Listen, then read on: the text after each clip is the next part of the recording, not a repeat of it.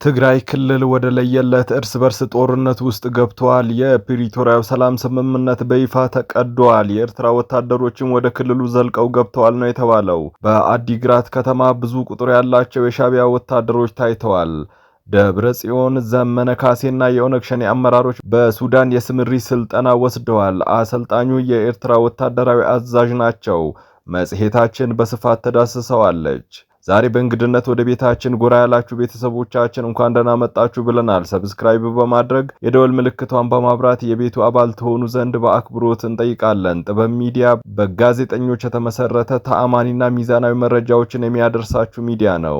የመጽሔታችንን የመጀመሪያው ገጽ እንግለጥ። ትግራይ ክልል በከፍተኛ ነውጥ ውስጥ ነው የምትገኘው። በጊዜያዊ አስተዳደሩና በእነ ደብረ ጽዮን በሚመራው የህወሓት ክንፍ የተፈጠረው ሰጣ ገባ በግልጽ ወደ ውጊያ ከተቀየረ ሁለተኛ ቀኑን ይዟል።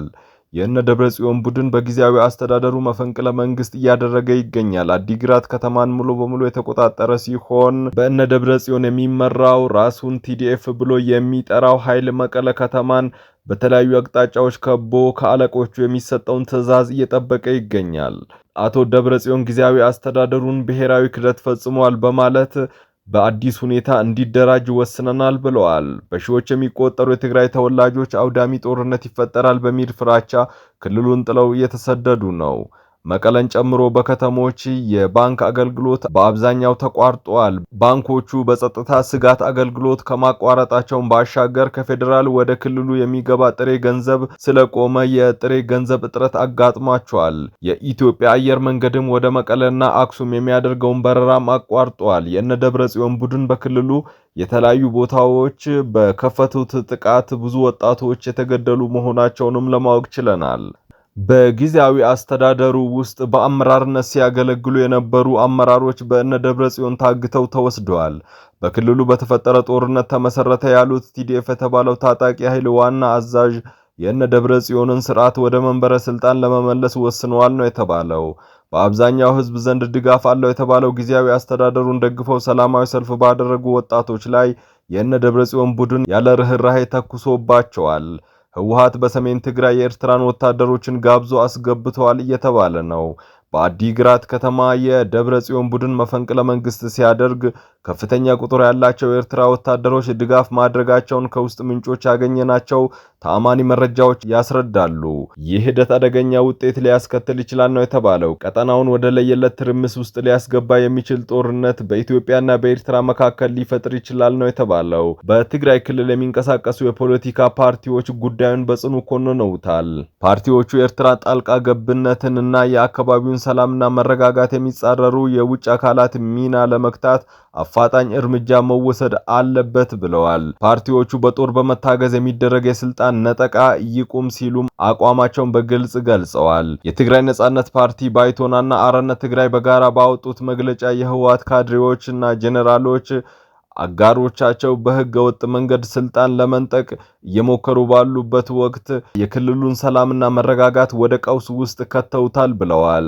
ፓርቲዎቹ በመግለጫቸው ህገ ወጥ የመፈንቅለ መንግስት ሙከራ መንግስታዊ መዋቅር ከታች እስከ ላይ በማፍረስ ክልሉን ወደ ከፍተኛ አለመረጋጋት አስገብተዋል ያሉ ሲሆን በግድ የለሽነት እየተፈጸመ ያለው የስልጣን ወረራ የተናጠል ተግባር ሲሆን ከኤርትራ መንግስት ጋር በመቀናጀት እየተሰራ ነው ሲሉ አስታውቀዋል።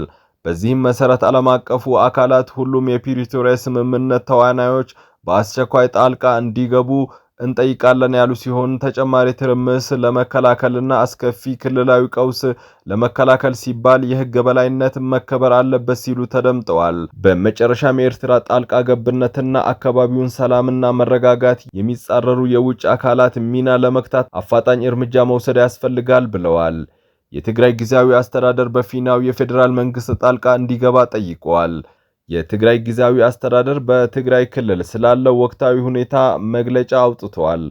አስተዳደሩ የትግራይ ጦር አዛዦች ከተልእኮ ውጪ የአንድን ጠባብ ቡድን የስልጣን ጥም ለማርካት በማለት ግልጽ መፈንቅለ መንግስት ለማድረግ እየተንቀሳቀሱ ቆይቷል ያለ ሲሆን በዚህም ሳምንት በተመሳሳይ በሰሜን ምስራቅ በደቡብ ግንባር አዛዦቹ እንቅስቃሴው በከፋ ሁኔታ ተባብሶ ቀጥሏል ማለቱን ጥበብ ሚዲያ ከመግለጫው ተመልክቷል። አስተዳደሩ በመግለጫው ይህንን አደገኛ እንቅስቃሴ እንዲያስቆም ለአጠቃላይ ጦር አዛዥ ሌተናል ጄኔራል ታደሰ ወረደ ትዕዛዝ ቢሰጥም የጥፋት ድርጊቱን ማስቆም እንዳልቻለ አስታውቀዋል።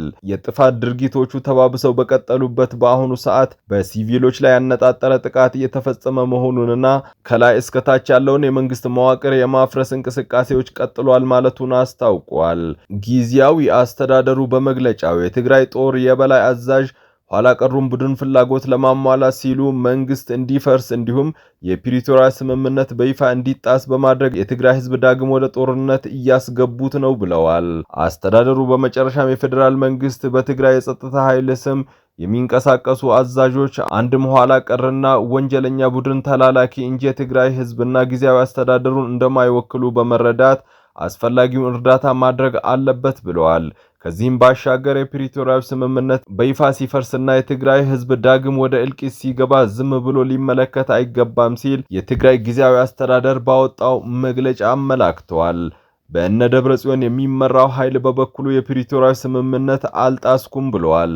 በትግራይ የጸጥታ ኃይሎች የተጀመረው ህገ መንግስታዊና የህግ በላይነት የማስከበር ንቅናቄ የፕሪቶሪያውን የሰላም ሂደት ያከብራል እንጂ የሚጥስ አይደለም ብለዋል። ጊዜያዊ አስተዳደሩን ተልእኮን ለመወጣት እንዲችል በአዲስ መልክ ሊዋቀር ይገባል በማለት ወስነዋል። ስለዚህ የብሔራዊ ክህደት ቡድን ወይም የጌታቸው ረዳ ቡድን በቀጥታም ሆነ በተዘዋዋሪ በትግራይ ላይ ሶስተኛ ወገን ጣልቃ እንዲገባ ያቀረበው ጥሪ የግልጽ ብሔራዊ ክህደትና የፕሪቶሪያውን ስምምነት አደጋ ላይ የሚጥል በመሆኑ በፍጹም ተቀባይነት የለውም ብሏል ባወጣው መግለጫ። በተያያዘም ዘመነ ካሴ ደብረጽዮንና ስሙ ያልታወቀ የኦነግ ሸኔ አመራር በሱዳን መምከራቸው እንዲሁም ስምሪት መውሰዳቸውን ከውስጥ ተአማኒ የደህንነት ምንጮች አረጋግጠናል። ስምሪቱን የሰጡት የኤርትራ መከላከያ ሰራዊት አዛዥ ሌተናንት ጄኔራል ፊሊጶስ ወልደ ዮሐንስ ናቸው። ከፍተኛ ጄኔራሉ ሱዳን ያቀኑት ከፌዴራሉ መንግስት እየተዋጉ ያሉት እነዚህ ኃይሎች በጥምረት በፌዴራሉ መንግስት ውጊያ እንዲከፍቱ ስምሪት ለመስጠት ነው የተባለው። ውድና የተከበራችሁ ጥበብ ሚዲያ ቤተሰቦች የዛሬዋ መጽሔታችን በዚህ ተጠቃላለች። ከኛ ጋር ስለነበራችሁ ከልብ አድርገን እናመሰግናለን። ጥበብ ሚዲያ በጋዜጠኞች የተመሰረተ ሙያዊ ስነ ምግባርን አክብሮ ተአማኒና ሚዛናዊ መረጃዎችን የሚያደርሳችሁ የህዝብ ድምጽ ነው። ሰብስክራይብ በማድረግ የደወል ምልክቷን በማብራት የቤቱ አባል ትሆኑ ዘንድ በታላቅ አክብሮት እንጋብዛለን። ሰላም።